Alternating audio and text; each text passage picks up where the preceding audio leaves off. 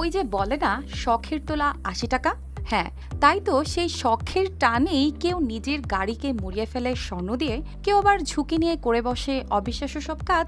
শখের গোলাম হয়ে মানুষ কত কিছুই না করে, কিন্তু চীনের এক নারী যেন সেই সীমাটাকেও ছাড়িয়ে গেছেন বহুদূর।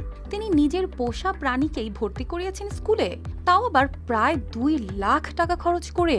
একদিকে এমন পরিবার আছে যেখানে সন্তানের স্কুল ফি জোগাতেই খেতে হয় হিমশিম, অন্যদিকে কুকুরকে পাঠানো হচ্ছে কিন্ডারগার্টেনে খরচ করে লাখ টাকা।